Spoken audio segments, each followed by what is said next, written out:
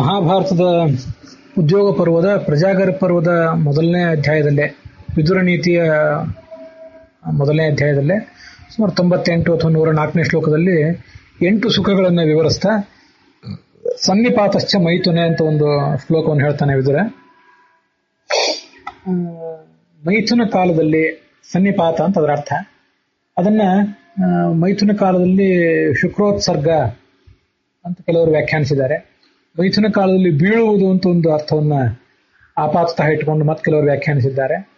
ಮಹಾಭಾರತದ ವ್ಯಾಖ್ಯಾನಕರ್ತೃಗಳಾದ ನೀಲಕಂಠರು ಸನ್ನಿಪಾತ ಸಮರಥಂ ಅಂತ ಬರೆದು ಬ್ರಾಕೆಟ್ನಲ್ಲಿ ರತ್ನಗರ್ಭ ಅಂತ ಹೇಳಿದ್ದಾರೆ.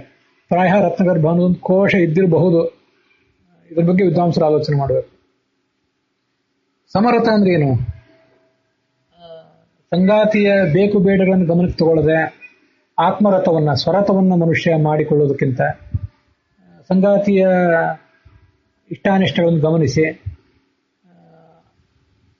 ಅವಳ ಅಥವಾ ಅವನ ಜೊತೆಗೂಡಿ ಇಬ್ಬರು ಮೈ ಮನಸ್ಸುಗಳನ್ನು ತೊಡಗಿಸಿಕೊಂಡು ಸಮಾನ ಕಾಲದಲ್ಲಿ ಸಮಾನ ರೀತಿಯಲ್ಲಿ ಪ್ರಯತ್ನ ಸಮಾನವಾದ ತೃಪ್ತಿಯನ್ನು ಪಡ್ಕೊಳ್ಳೋದಕ್ಕೆ ಸಮರಥ ಅಂತ ಕರೀತಾರೆ. ಅದನ್ನೇ ಸನ್ನಿಪಾತ ಅನ್ಬೇಕು. ಅದನ್ನು ಹೊರತುಪಡಿಸಿದ್ರೆ ಈ ಸನ್ನಿಪಾತ ಅಂದ್ರೆ ಬೀಳುವುದು, ಒಟ್ಟಿಗೆ ಬೀಳುವುದು, ಜೊತೆಗೂಡುವುದು, ಮತ್ತು ಸಂಗೀತ ಶಾಸ್ತ್ರದಲ್ಲಿ ಒಂದು ತಾಳ, ಮತ್ತೆ ಆರೋಗ್ಯ ಶಾಸ್ತ್ರದಲ್ಲಿ ಒಂದು ಜ್ವರ, ಹೀಗೆಲ್ಲ ಅರ್ಥ ಇದೆ. ಇಲ್ಲಿ ಜೊತೆಗೂಡುವುದು ಅಂತ ಹೀಗೆ ಅರ್ಥ. ಅದರಲ್ಲೂ ಸಮರಥ ಅನ್ನುವ ಒಂದು ಅರ್ಥ ಹೆಚ್ಚು ಅರ್ಥಪೂರ್ಣವಾಗಿದೆ.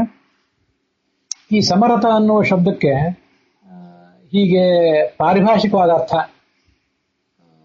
ರತ್ನಗರ್ಭಕೋಶದಲ್ಲಿ ಎಲ್ಲಾದ್ರೂ ಇದೆಯಾ ವಿದ್ವಾಂಸರು ಹುಡುಕಬೇಕು.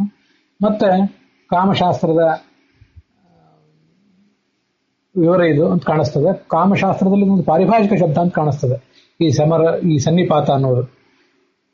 ಈ ವಾತ್ಸ್ಯಾಯನ ಕಾಮಸೂತ್ರ ಅನುವ್ಯಾಖ್ಯಾನ ಅಲ್ಲ, ವಾತ್ಸ್ಯಾಯನ ಕಾಮಸೂತ್ರ, ಅನಂಗರಂಗ, ಕೇಲಿ ಕುತೂಹಲ, ಈ 3 ಗ್ರಂಥಗಳಲ್ಲಿ ಈ ಶಬ್ದವನ್ನು ಓದಿದ ನೆನಪು ನನಗೇನು ಬರ್ತಾ ಇಲ್ಲ, ಅಥವಾ ನನಗೆ ನೆನಪಿಲ್ಲದೆ ಇರಬಹುದು.